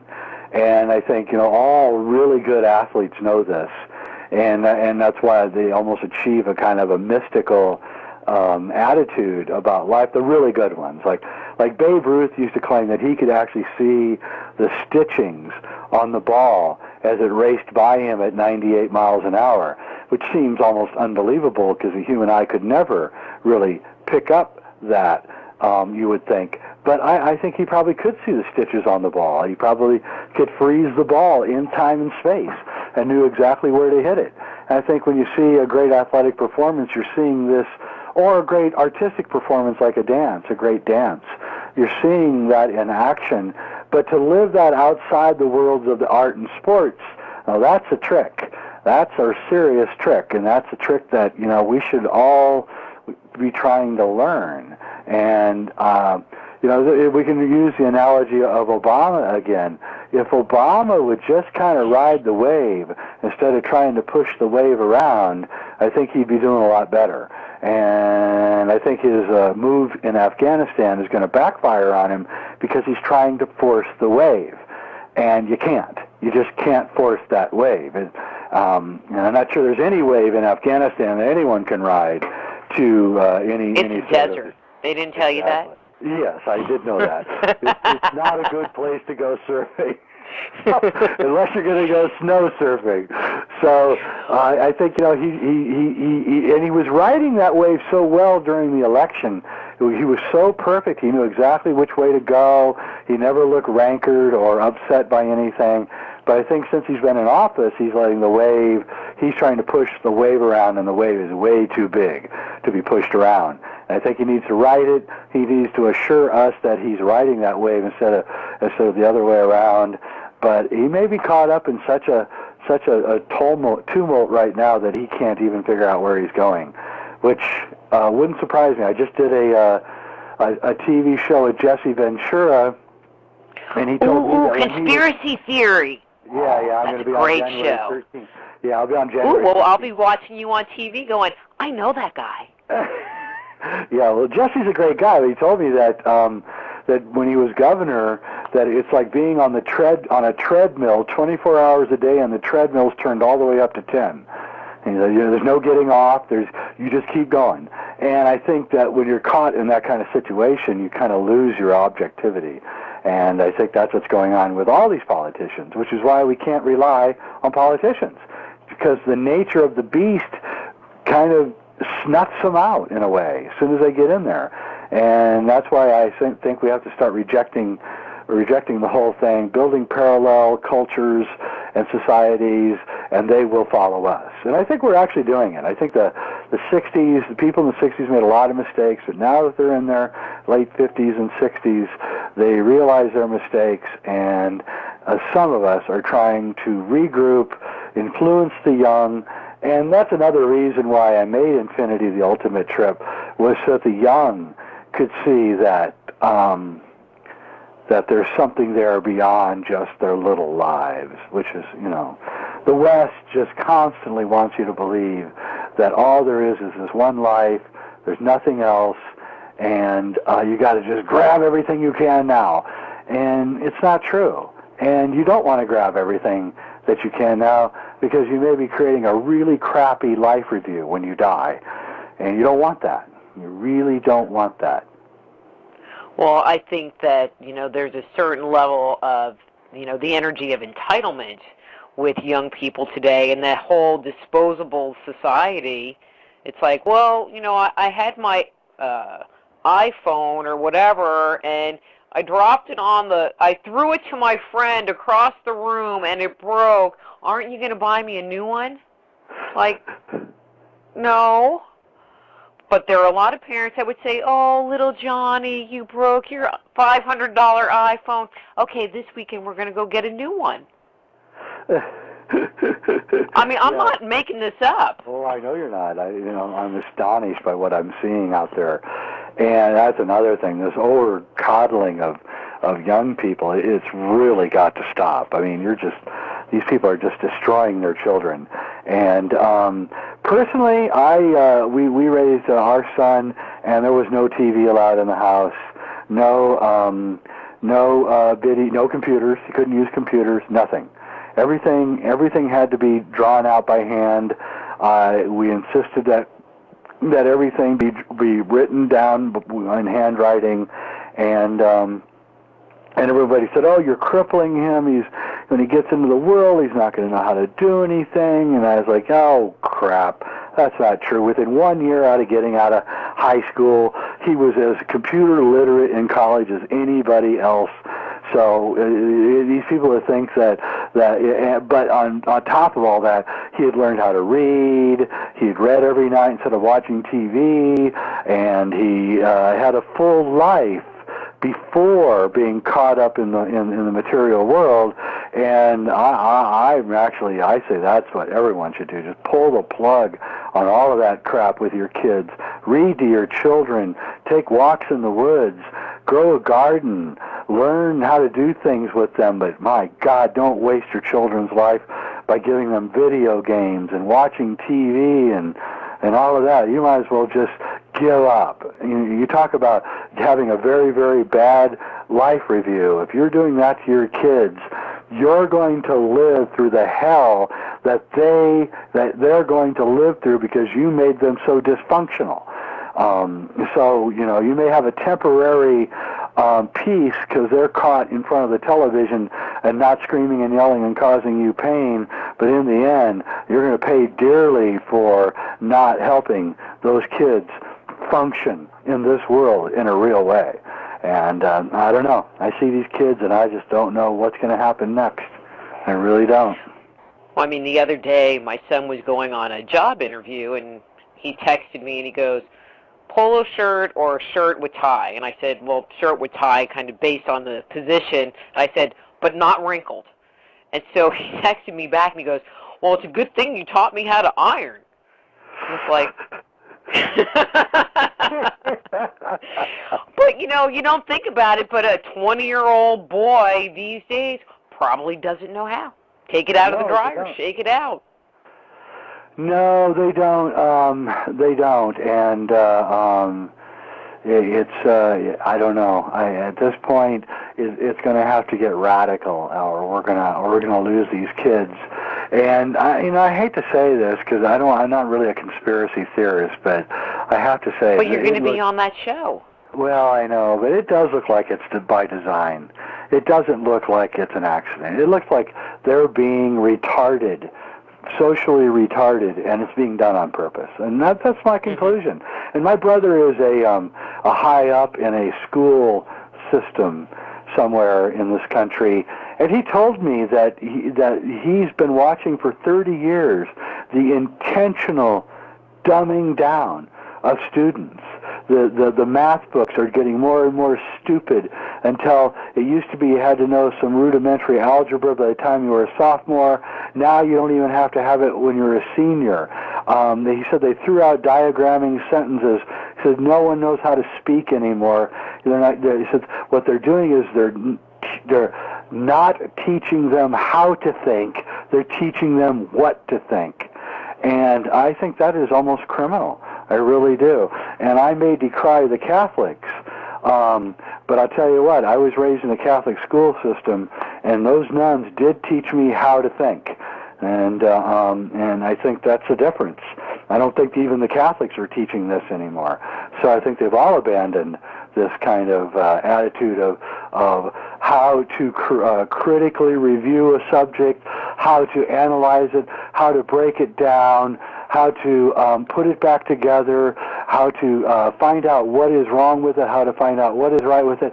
I think all these things are disappearing, and in that is going to be a lot of very, very, very bad things. However, I want to clear one thing up. There are groups like the Wilderness Youth Groups out of California. These guys are taking kids, and God knows how long it'll be before they get sued. They're taking kids out into the wilderness for 2 weeks without anything. No jackets, no heavy clothing, no knives, nothing. They simply show up at a place and they go out into the wilderness for 2 weeks, and they come back and they know how to build campfires without matches. They know how to hunt. They know how to get all the indigenous food in the area. They know how to build shelters. And these are 12-year-old kids, and I've seen them.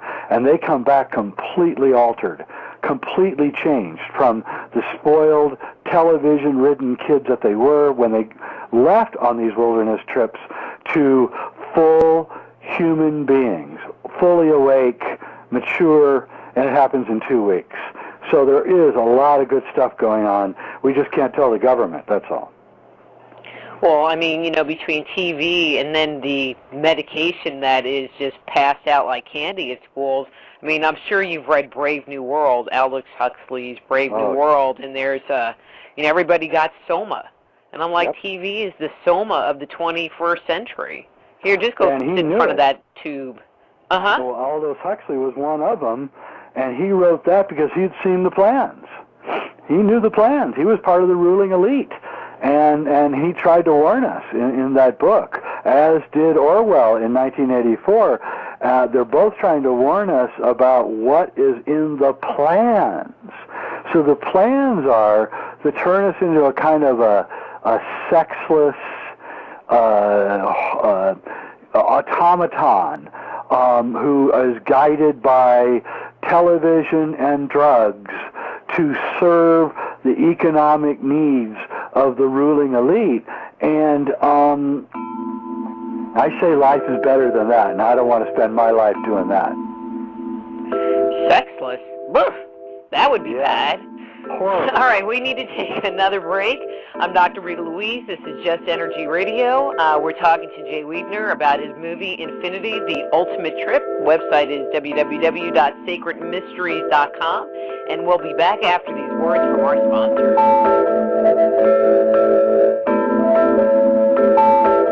Just Energy Radio with your host, Dr. Rita Louise, will return right after these messages.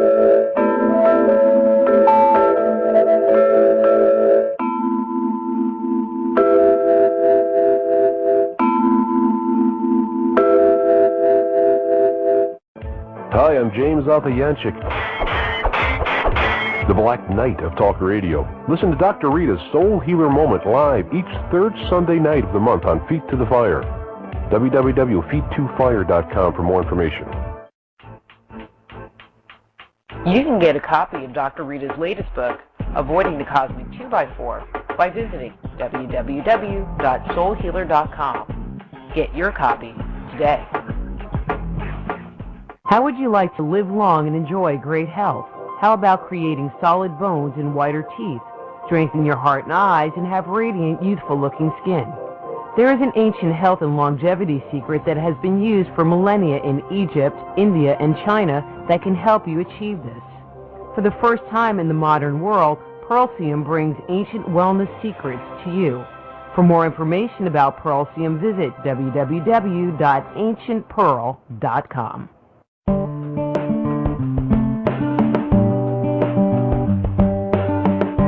Are you sensitive to energy? Want to explore the world beyond the five senses? Looking for a new career as an alternative healthcare practitioner?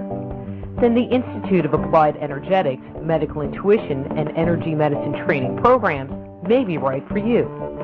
Our comprehensive curriculum provides students with a deep understanding of how to detect, evaluate, and transform the subtle body, as well as techniques for correcting energetic imbalances that may underscore a person's ability to experience radiant health.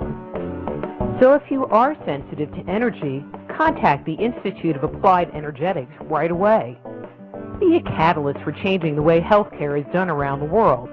Visit www.appliedenergeticsinstitute.com and start your new career today.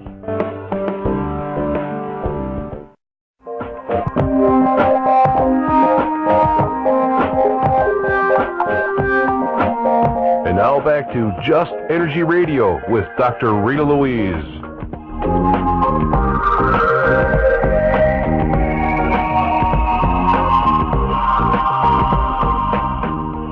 Hello and welcome back to Just Energy Radio. I'm Dr. Rita Louise, and we're talking to Jay Weidner about his movie, Infinity, The Ultimate Trip. His website is www.sacredmysteries.com.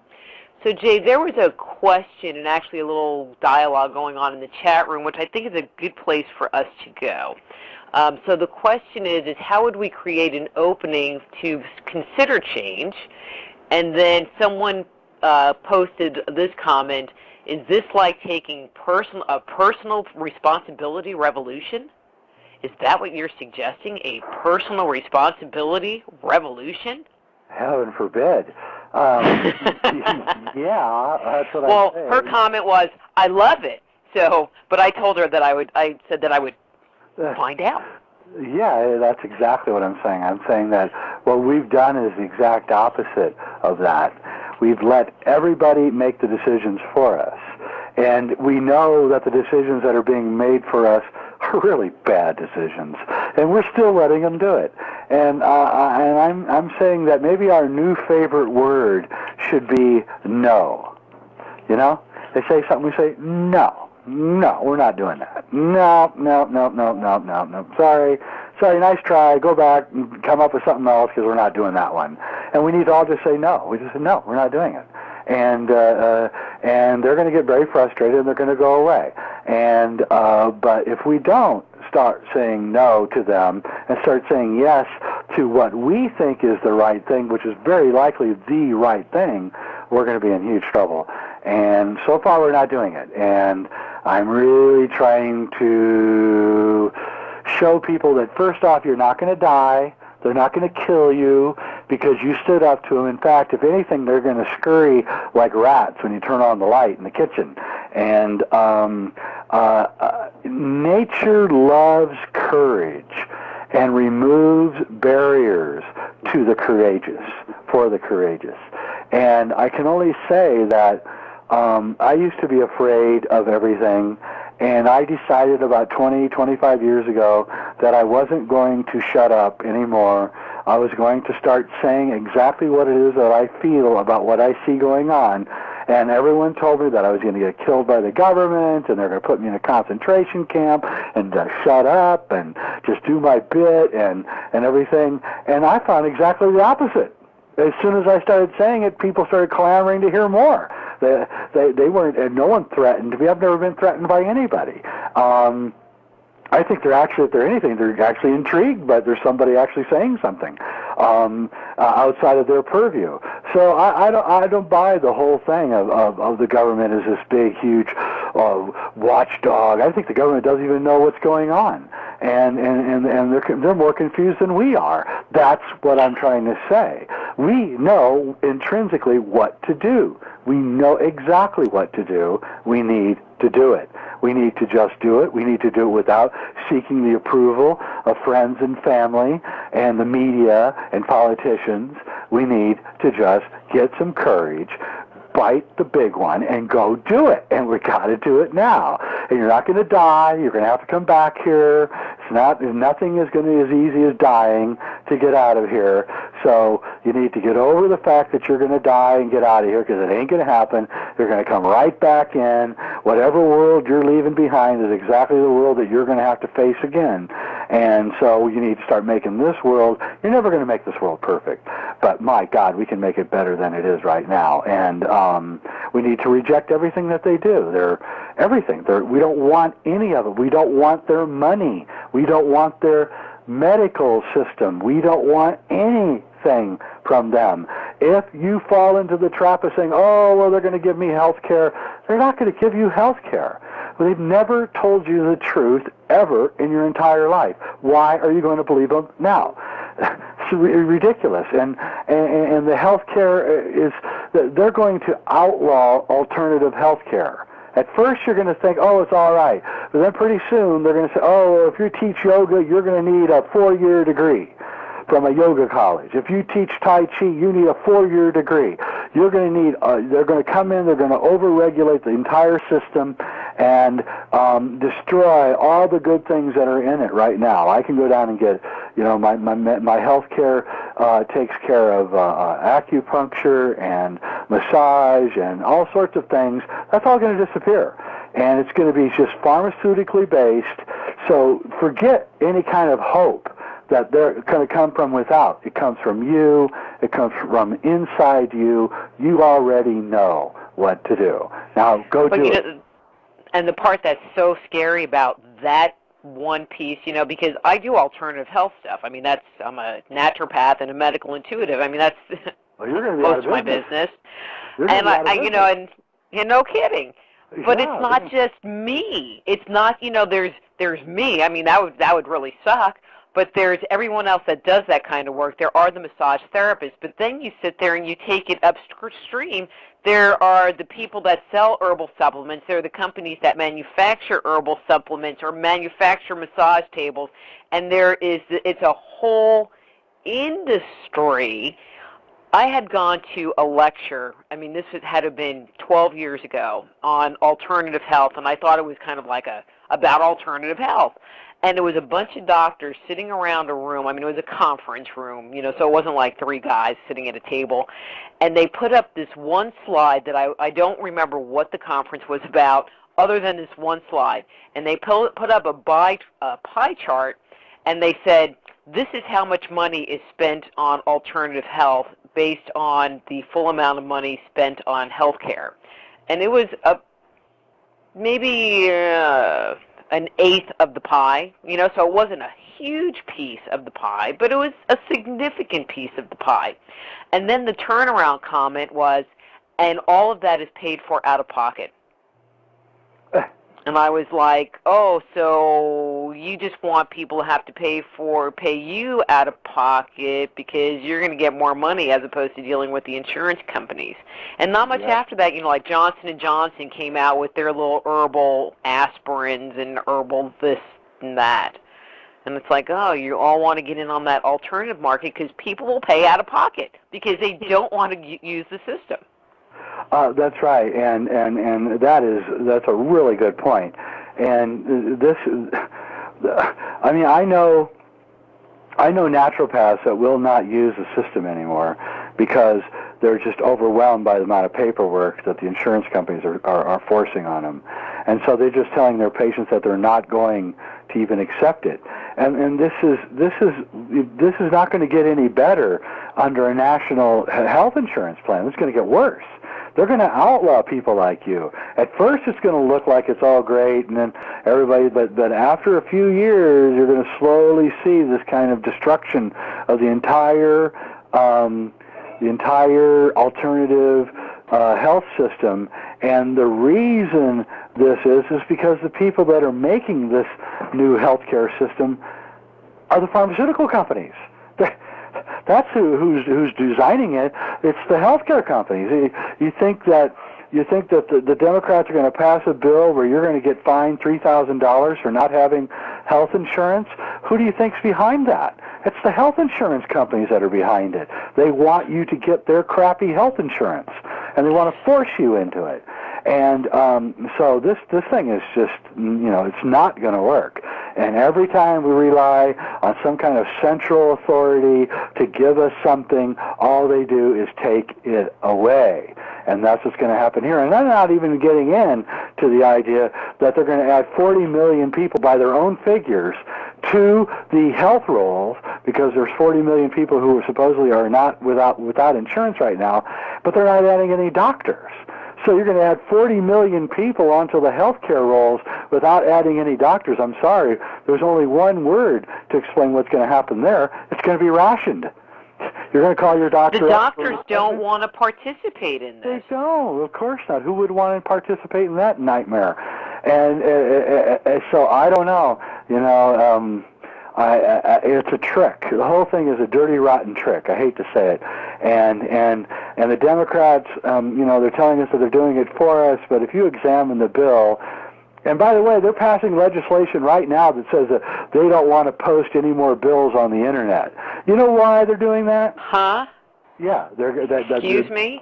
Yes, they're passing legislation right now. It's up. I forget who. It's Waxman, Henry Waxman, is putting it up. The FDA inside guy in Congress. That the Senate and the Congress no longer have to put bills up on the internet to be read by us before they're passed. Now this happened because the people read the original health bill and started protesting at the town hall hearings, and everyone said, "Oh, they're stupid. They don't know what they're talking about." Well, I'm sorry. No, you're wrong. The people that were protesting are the ones who read the bill. I read the bill. It scared the living daylights out of me. And anyone who thinks that, that bill is a good bill is out of their mind. And you will regret it when it's passed. And apparently it's going to pass either today or tomorrow. Yeah, but which one are you talking about? The one where you have jail time, no jail time, death committees. I mean, I just hear these horror stories, but it seems like there's multiple versions, and they're going to fight over, which version is the less awful of the awful versions, and that's the one they're going to pick, maybe. But, throw in a couple of, what are those little extra bills? Earmarks. Earmarks. I keep thinking pig things. Earmarks for sure. Yeah.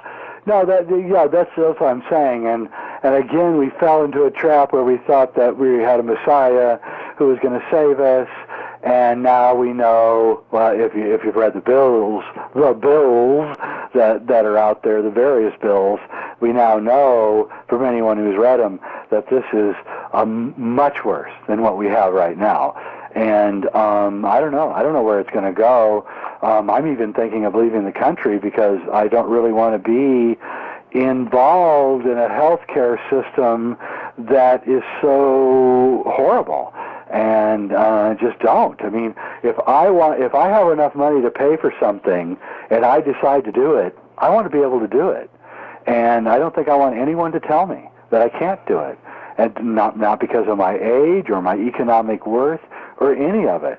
And so I think that's actually the health care bill is going to be the spark that triggers the foment for a gigantic shift and change, which I predict will come somewhere between now and 2016, probably right around 2012 is when it's going to happen. And it's going to be momentous, and it's going to be a great thing. I'm very optimistic about it. And I don't want people to think I'm not, because I'm horrified at this health care bill, which I am, as anyone who really cares about health care should be, because it isn't about health care. It's about power. It's a power grab. It has nothing to do with health care. As you well know, if you're an alternative physician and a naturopath, then you already know what I'm telling you. And I've been telling all my friends who are naturopaths that they're going to be out of business, and they all know it. It's amazing. They go, I know, I'm going to be put out of business. And I just think that, we need to tell people in the new age who think that this is a great thing that maybe it isn't such a good thing, and maybe we need to back off a little bit, re-examine the whole thing, and come back later with a different plan. Well, I mean, there's supposed to be the provision where if you don't have health insurance, you're going to be forced to buy it or be fined or go to jail. What horrible thing is that? I know. And then it was estimated that for like a family of 4, it would cost around $12,000 a year to provide coverage. Okay, so let's even just cut that in half. Let's say $6,000 a year. So if you're working at McDonald's and you got a family and you're working 3 jobs, you don't got that kind of money to buy insurance. I mean, you're lucky that you can put food on the table and gas in the car. Exactly. And I don't know anybody that's been to the supermarket lately. You know, no inflation except the $100 shopping bill turned into $250 in the last few months, and there's nothing in your cart. No, in fact, I spent $35 yesterday, and I had packed everything into one of the smallest bags that they had at the store. A little tiny bag had $35 worth of food in it. I was like, my God, I'm going to eat this in 5 minutes. So, yeah, I mean, this is what's going on. The shift it's a catastrophic shift, and the politicians are running around telling us they're taking care of business, but they're not, and all the things that they're offering are just going to make it worse. You know, the Tao Te Ching, which is really my favorite book, it says that, you know, those who make laws, those who make more laws only create more outlaws. And I really believe that. I really believe that this constant trying to force a situation is just making everything worse. And we need to quit forcing. It's the surfing analogy again. We keep trying to make the wave do what we want it to do instead of just following the wave. And it's got disaster written all over it because the hubris of the human mind, especially the Western human mind, thinks that it can control everything. And it can't. It's just an illusion. And that reality, the virtual reality of the economy and everything that they've set up is all collapsing in front of us, right in front of our face. And some people are saying, oh, it's horrible, it's horrible. I say, hallelujah. So, Jay, we have about 9 minutes, 8-9 minutes left. Do you have any last words for the listeners? Well, I mean, you know, I think we have to, like I said before, we have to reject their world, and we have to start building a new world. And I really can't emphasize enough that I think people really need to begin to create their own communities, their own food sources, their own. Make sure you have a clean water supply.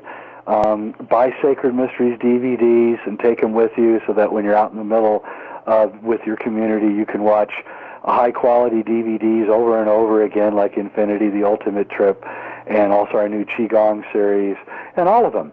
And bring books with you that you're going to need, like How to Grow Food and How to Can, and maybe pick up a musical instrument and learn how to play. That's going to become very useful. And also, you know, the skills that we think that we need in this world are not going to be very useful in that world. So if you're going to college or you're sending your kids to college and they're getting a degree in business administration or in marketing or in advertising or media, they're probably not going to have a job when they get out. So, I mean, if they're going in for any kind of health care, they may be all right. But really and truly, I think, you know, kids today, they really need to learn how to pound a nail and how to saw a board and how to chop firewood. These are going to be the skills that are going to become very, very important as we get closer and closer to this big collapse. And meditate. Find something to do to keep yourself calm in the middle of all this. That's all I can say, you know. Yeah, because I guess there's not going to be any, you know, Prozac flying around. No. Well, there might be if you pay your insurance, your, you know, mandatory health insurance. Well, that's true. Although I kind of doubt it.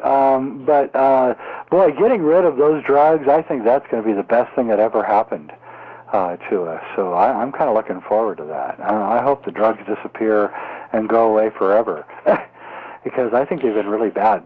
all of them, Prozac and all of them. I don't think they're helping anybody or anything. And in fact, I have to be honest with you, I did not even realize how prevalent those drugs were until just a few years ago, when I noticed a lot of aberrant behavior among young people. And so I started asking people, you know, are you on Prozac? Are you on these drugs? And guys started coming back, and 95 out of 100 were either on them or had been on them. And that really shocked me. That really shocked me, because why do they need to have these behavior modification drugs? What in the world is going on that children need to take these things? And because they don't know how to go outside and climb a tree. They never learned. You know, they just learned how to sit in front of a computer or a TV set, and they never learned how to use their energy other than in a static place. And if you just sit all day and don't do anything to exercise your body or your mind, you can have issues. I can totally see that happening. I guess so. I grew up, and my mom and dad had to practically come out at 10 o'clock every night and beg me to come in. I mean, I would never. Why did you? Yeah, I just can't imagine, you know, living a life while watching TV. Nothing could have been more boring to me as a kid. And so I don't know. I guess it is a different world, but I think that our world that we grew up in is more the norm, and what they've grown up with in the last 40 years is the abnormal. And when the abnormal hits reality, it's not a pleasant sight, and I think that's going to happen very soon. So, I mean, you know, I beg people with kids to get them off those drugs, get them into a wilderness youth program, get them into a spiritual discipline, get them almost in some Turn ways off the TV. How's that? TV, yeah. Maybe even, geez, reject the school system. I hate to sound like a total radical, but I reject the entire school system at this point. I don't think that they're teaching anything worth a damn, honestly. I think I can teach math better than any school teacher that my son ever had. And so I think also the Internet's going to make that possible too, so we're going to be able to find alternative ways to educate, and it's all going to collapse, and it's a good thing. I know it sounds pessimistic, but it isn't. It's a positive thing. And I'm for it, and I'm doing everything I can to encourage the collapse and the rebuilding, because if you have a collapse but you don't have an alternative, then what good are you? And so we need to begin creating the alternative, which is why I do shows like this, because I want there to be a dialogue starting now as to what it is we're doing and where we're going. And I actually believe it is starting, because I'm seeing it showing up various places where it shouldn't show up. So the message is getting out, very, very slowly, but it is getting out. That's good. So I'm like going, well, I'll ask, I think we just lost Jay. His number dropped off. Jay, are you there? Well, we lost Jay, but we only have a couple of minutes left, and we actually have a very interesting show coming up next week. But wasn't that a fascinating show today? God, there's just so much to think about, and you think about what's going on on our planet, in our country. It's just kind of overwhelming. And Jay was saying that in January, I'm going to give this a plug, in January he was going to be on Conspiracy Theory with Jesse Ventura, and I've watched the show a couple of times. It's actually one of those, you know, I'm big on TiVo, you know, and if there's something that looks interesting, I'll tape it and then, you know, fast forward through all the commercials, because that's the benefit of recording. But you can pick and choose what you want to watch, and that show is actually, they did 9/11 last week, or this past week, and I think it's on Wednesday at 10 o'clock Eastern on True TV. Never watched that network before, but True TV. Anyway, next week, we actually have 3 guests on the show. In the first part of the show, the first half hour, we have Gary Tillery coming on, and we're going to be talking about John Lennon, a spiritual biography. Gary, well, not Gary, you know, John Lennon passed just recently, just I think last week, and so I thought it would be a fitting tribute to John Lennon and all his work, and that he's done to have a show about him. In the second half hour, we're going to have Rulin Yu, and we're going to be talking about living happier and healthier and longer. And she is a doctor, native of China, and we're going to be talking about alternative health and things you can do to live a happier and healthier, longer life. And then in the second hour of the show, we're going to be having my good friend Jerry Pippin and his friend Robert Miles coming on, and we're going to talk about Roswell, Revelations, and beyond. Jerry has been working in the UFO community for over 40 years, and they are working on a new movie called Roswell Revelations. And so we're going to find out what's going on with Jerry and Robert and kind of hang out with them for a while. I think it's going to be a lot of fun. They're very cool people. Anyway, that's the show for today. Thank you all for tuning in. If you enjoyed the programming today, please do mark the show as a favorite. I'd really appreciate it. And so from me, Dr. Rita Louise, and Just Energy Radio, have a great weekend. And until next time, be blessed.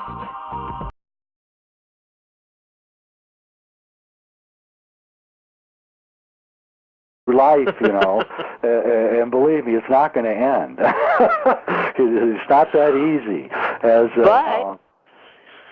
But if it does, you won't be scared to make that transition because they watched your movie. Exactly.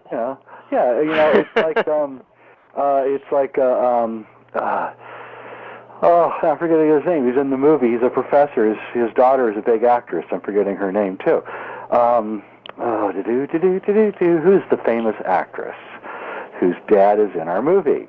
Anyway. Robert Thurman? Thurman, yes. Well, I'm sitting here with the video here going. With Uma Thurman's father, Robert Thurman, who's a great Buddhist scholar. He says in the movie, there's no way that you're getting out of here dead. It's not that easy. You don't get to come to this world, screw everything up, and then die and get out of it. It's just not going to happen that way, And there's karma, and there's all sorts of things that happen, and it's a larger world, and we're not really facing it in the West. And it's one of the things I want to do, which is break open the whole paradigm of death and life and fear and love, and let's just really get it going here, and let's do it now. And because time is running out for this particular age, as you already know with the 2012 stuff. And, hallelujah, this age is finally coming to an end. Now what world are we going to make? That's really my concern now, is no longer arguing with people about whether this age, this particular time period is coming to an end. I already know it is, and people who are sensitive to these things already know it is. So then what is the next question? And the next question is, okay, what kind of world do we want to make on the other side? And Infinity was really my first salvo into getting a discussion going about what kind of world we want when we get to the other side. Cool. One of the things that I was thrilled with is you had mega good people in this movie, and I'm just going to kind of put this out there. So in the movie, you had Neil Donald Walsh, Daniel Brinkley, who we'll talk about him, Greg Brandon, Alberto Villado, however you say his name, John Holland, Brian Weiss, some other people's names who I can't pronounce, and then Renate Dollinger. Was she the artist lady? Yes, she was great. She was so cute. But I mean, just the collection of people that you got to talk about these things. Oh, I have a question, because you said these people had near-death experiences. Did Neil Donald Walsh have a near-death experience? It wasn't clear whether that was his experiences that he shared in the movie were a meditative experience or a near-death experience, because they were very similar. Well, they were, and it's a great question, and I tried to show that it's possible to, in the movie we have the Buddhist scholar Dugson Punlap, and he shows that even when you're going to sleep, you're kind of going into a kind of a near-death experience, even by going to sleep at night, and you can actually use it to practice near death. And I think that that's what Neil experienced, was a near-death experience via being upset by having a fight with his wife and then going to sleep. And they do it in the Tibetan practices. They actually do these kinds of sleeping practices to get ready for death. So, in a way, that's what it is too. You know, when you go to sleep, you knock yourself out, and then you wake up, and it's another day, and sort of life and death is very similar to that, in which we die and we wake up in possibly another dimension or back here. And so I think that's what he was doing. It was a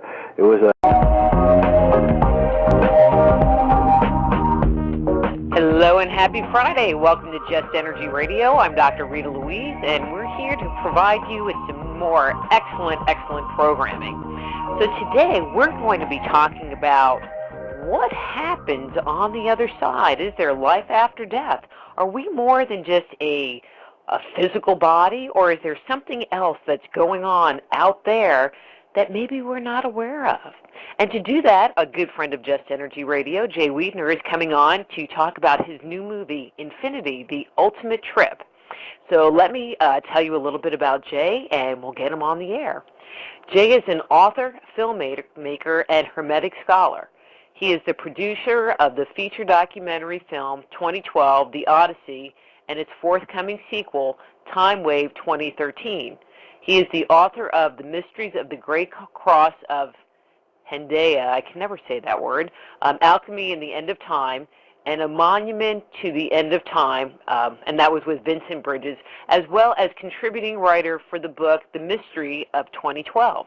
Jay has featured on the History Channel documentary The Lost Book of Nostradamus. So please welcome to Just Energy Radio, Jay Weidner. Hey Jay, how's it going? It's going great. How are you? I'm great. Thanks for coming on the show again. I had so much fun with you the last time talking about 2012, which we might talk about again. I don't know. It could happen. But another new film. You guys are just busy putting out, interesting and informative material for people. Yeah, that's our mission statement. We're trying to put out things that no one else will produce, and put it out in a high quality manner, so that people like us have something to watch too. Yeah, I hear that. Yeah. You mean you don't watch like Seinfeld, and well, I guess that's not on the air anymore. I mean, I don't even watch half of that stuff if it's not Discovery Channel or History Channel, and get some experts like Brian Weiss, who is the head of the psychiatric division at Miami University Hospital, and who also believes and teaches afterlife practices with his patients. We'll get the experts, and we'll see if we can make a film which actually makes people not afraid of death, or at least tries to make them not afraid. And so that was the purpose of the film, and we showed it to a lot of people who were in hospices and people who were older, and the focus groups came back just overwhelmingly positive that people, really like the film, and they want to show it to their family members and to people who are approaching death themselves, and I guess that's the best reviews I could get. Are people who were on the edge of death and who watch it and said it made them feel better and made them feel more courageous, which is also another reason why I wanted to personally make the film, was because one of the things that kind of irritates me about what I see in America and in the world today is a lot of unneeded fear is everywhere, and I don't see how it does anyone any good to be so afraid of everything that moves. And so I wanted to show, since all fear is basically based on this idea that we're living a finite life and that we live in a finite world, I kind of wanted to show that that's not true. We live in an infinite world with infinite possibilities, and there's no reason to be afraid of anything.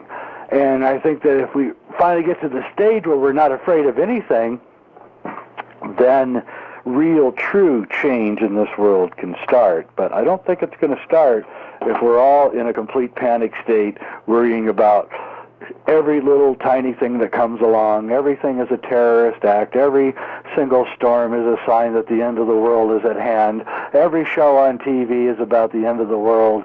Everything is about the end of the world. It's like, oh my God, we're all going to be so disappointed when the world doesn't end and we still have to be here trudging through. Pyramid thing or something. It's not on TV. Yeah, or the TV's not on. I don't watch too much TV anymore because it's just the same old. But I love to watch DVDs and movies and things, and so I decided that we're at 10-year anniversary right now, that we're going to make maybe it's just a small audience of who knows how many people there are in the market, but we just rather sell high quality product to a smaller market than a low-quality product to a larger market. It's just how it is. But that's great. So Yeah. your new film, Infinity, it's Infinity, the Ultimate Trip. I love the title. In a nutshell, what's it about? I mean, because obviously we're going to explore it much deeper, but what is Infinity, and what does that have to do with a trip?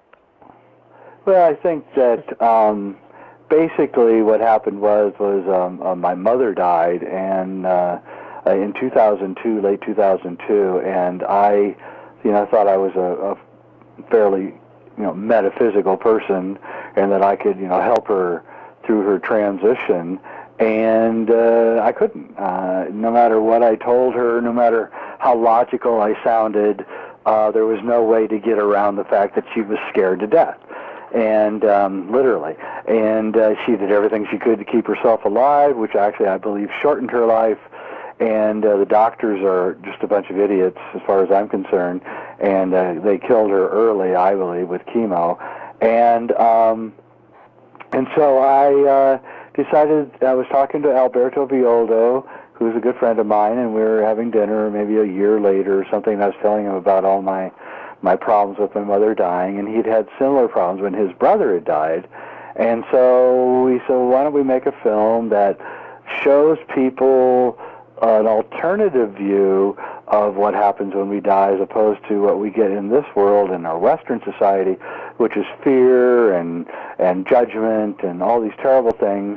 And let's go interview people who've had near-death experiences. Let's compare notes.